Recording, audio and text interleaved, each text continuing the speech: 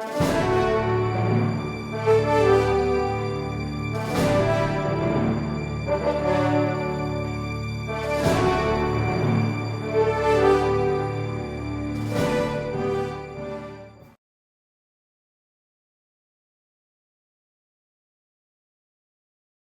was a typical New Hampshire team, extremely well coached by Bill Bowes, probably one of the finest coaches I ever had a chance to work against. And, you know, defensively, they were always a good football team.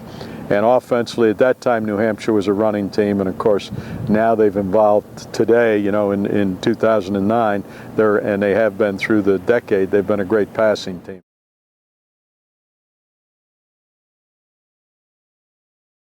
You know, we knew going into the game that the conference race was still up in the air.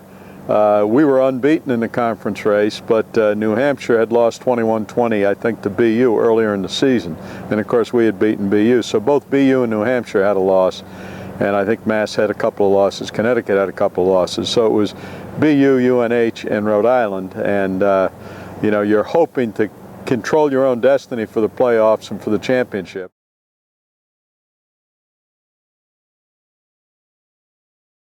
It was a defensive struggle. Our defense did a great job. Their defense did a great job. Our defense, Bernie Moran had an interception early in the game that set up our first touchdown. I think it was from somewhere inside the 30-yard line that we got the ball, and we capitalized. And unfortunately, we missed the extra point. Old Stringy, who was a very reliable kicker for us, kicked it wide to the right, and so now we had 6 points. And of course, when it came down to it, New Hampshire had a 14-6 lead in the fourth quarter.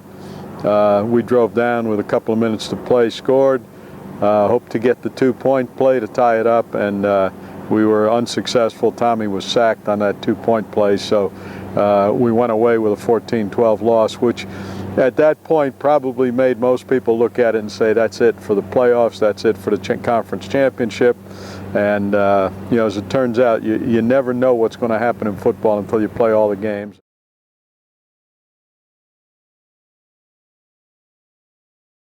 There wasn't a lot of indecision as to what it was going to be. We knew what it was going to be. We were going to bring Tommy sprinting out to his right, and he had Damian Riley and Brian Foster to the right. He gave us two pretty good choices.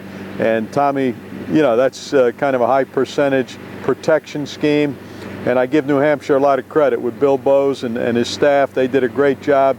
And what they did is they sent a blitz from the backside and dragged Tommy down from behind as he was going out, sprinting out to his right and looking for a target. And usually people don't bring extra people off the backside.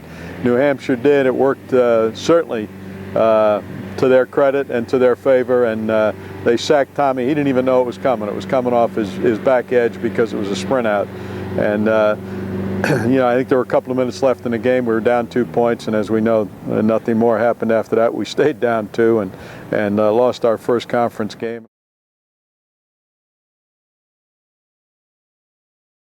The only thing you feel as a football coach is, hey, the only thing we have is an opportunity. We have 2 more opportunities. I think at that point we were about 7-2, so that's not a bad record. We had been ranked 6th nationally in the national polls that week. Maybe we're going to slip, but probably not go out of the top 10, and the only thing we could do is take care of business, win 2 more football games, and other than that, it's out of our hands. Still a lot to be played, and you know, whether you're winning them all or losing them all, you get knocked down on a Saturday. I think the only thing good football players and coaches do is you prepare positively for the next one, and that's what we did then. That's what we're doing now as we prepare to go up and play New Hampshire, you know, here in 2009.